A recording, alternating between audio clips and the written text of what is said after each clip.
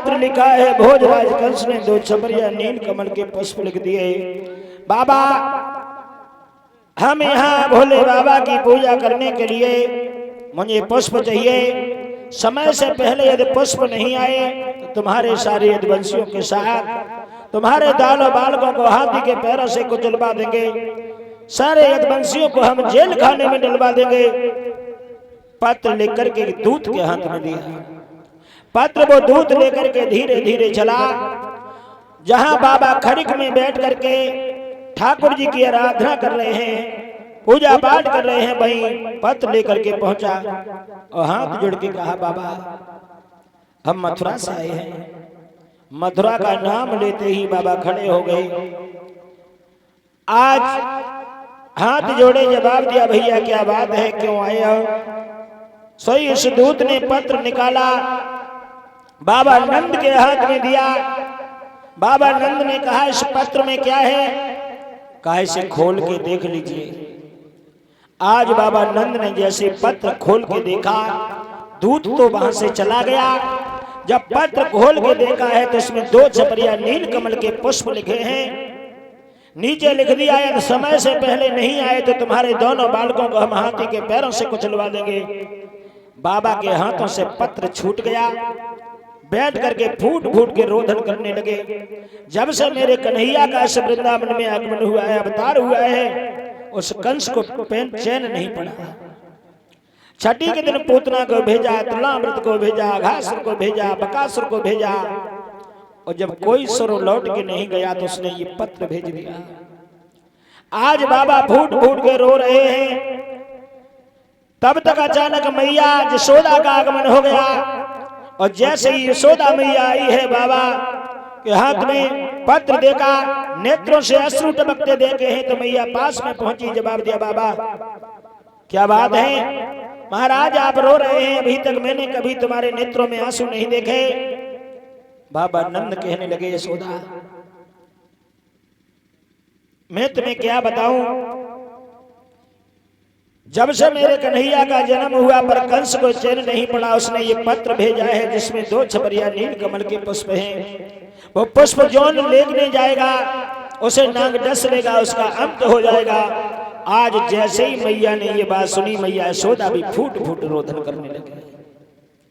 आज बाबा नंद मैया यशोदा रो रहे हैं। खड़िक में बैठे विचार करते, यदि पुष्प नहीं जाएंगे फिर भी हम बचने वाले नहीं हैं, और पुष्प लेने जाएंगे तो फिर भी वो नाग डस लेगा। आज मैया रो रही है। इधर भगवान कन्हैया बलराम जी के साथ खेलते हुए वापस आए। आज खेल करके जैसे ही वापस आए, भैया भगवान कन्हैया ने कहा, मैया यशोदा मुझे बहुत जोर से भूख लगी है, मुझे माखन रोटी दे दो। आज यशोदा ने झट से आंसू पहुंचे गोदी में उठा लिया श्याम सुंदर को, और भगवान कन्हैया से एक बात कही, बेटा एक दिन वो होगा कि तू माखन मिश्री को देखने के लिए तरस जाएगा। मैया तेरी कहीं होगी, पिता तेरे कहीं होंगे, तू कहीं होगा। भगवान कहने लगे, मैया ऐसा ब्रज में कौन पहलवान हो गया जो हमारी माखन मिश्री छीड़ लेगा। जैसे ये बात कही है, मैया के नेत्रों से अश्रु टपक करके भगवान की जैसे ही पैरों पर पड़े। आज भगवान कन्हैया ने मैया यशोदा के मुखार बंद के तरफ देखा तो मैया रो रही है। भगवान उछल के दूर खड़े हो गए। जवाब दिया, मैया तेरे नेत्रों में आंसू मैंने कभी तुझे रोते हुए नहीं देखा, और धिक्कार है वैसे लाला को जिसकी मैया आंगन में रो रही हो। आज हाथ जोड़े भगवान कन्हैया ने कहा, मैया बात क्या है, तू क्यों रो रही है? क्यों? वही पुत्र होता है, वही एक माँ होती है जिसका पुत्र अपने से बड़ों का सम्मान करना जानता है। क्यों? गोस्वामी तुलसीदास लिखते हैं रामचरितमानस में कि पुत्रपति युवती जग सोई,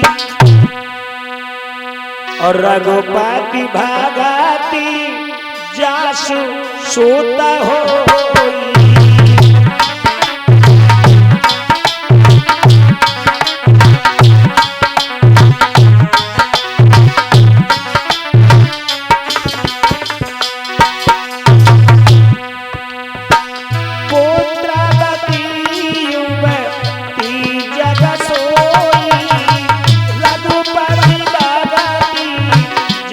सुतोई।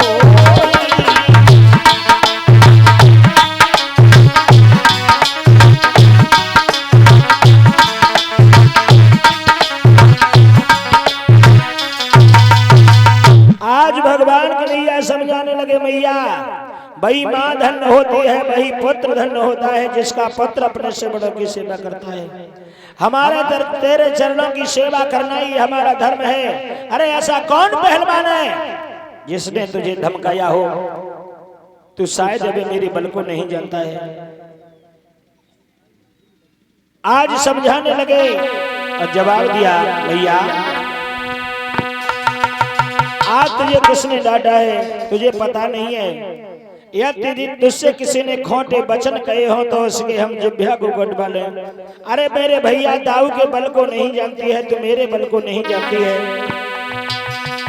कि भैया जो मारे एक लाता तो 60 कोस उड़ जाएगा।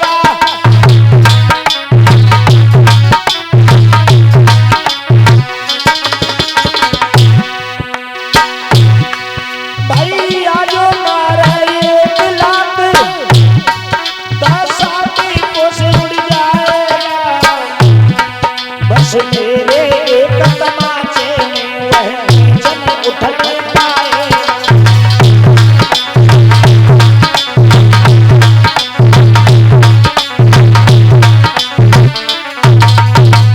जवाब दिया मैया मेरे दाऊ भैया का तुझे बल मालूम नहीं है। यदि जरा लात का प्रहार कर दिया तो हजारों कोस पर वो नीचे चला जाएगा। यदि दाऊ भैया से बच भी गया तो मेरे एक ही तमाचे में वो कभी उठने वाला नहीं है। जैसे कन्हैया की ये बात सुनी तो मैया की हंसी पड़ गई कि देखो मेरा छोटा सा लाला कितनी बड़ी बातें फेंक रहा है। जवाब दिया बेटा तुम्हें ये पता नहीं है, आज तुम्हारा अंतिम दिन है ये माखन मिश्री का, जी भर के खा लो। क्यों मैया जेल में कहीं पड़ी होगी, बाबा कहीं होंगे, तुम कहीं बंधे होगे, एक दिन वो होगा माखन मिश्री के लिए तरस जाओगे। जवाब दिया मैया बाई पहलवान को तू नाम बता दे, जो कौन माखन मिश्री छीन देगा सोई मैया यशोदा ने कहा वो कोई और नहीं है, वो तेरा मामा कंस है। जब से तेरा जन्म हुआ तेरे मामा को चैन नहीं पड़ो है। भगवान कहने लगे मैया तुझे पता नहीं है, यदि मेरे भैया ने प्रहार कर दिया तो वो कंस कभी उठेगा नहीं। वो कंस बच भी गया तो मेरे एक ही तमाचे में बाको काम तमाम है जाएगा। तो ये पता नहीं है क्यों कि उस कंस वीर को मार नहीं, उस पृथ्वी पर हम आए।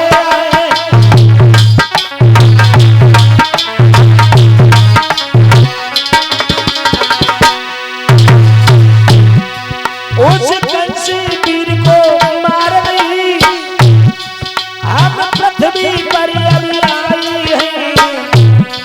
यदि एक तमाचे में ना मारा तो कृष्ण नहीं कहला।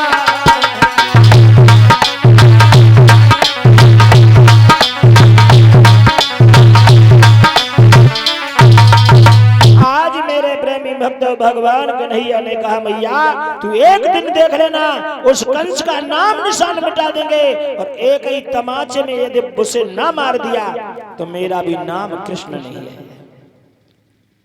आज मैया यशोदा कलाई पकड़ ली, भगवान को गोदी में बैठा लिया। बेटा तुम्हें नहीं मालूम है उसके यहाँ एक से एक पहलवान है, कंस वीर है, तुम अभी छोटे हो।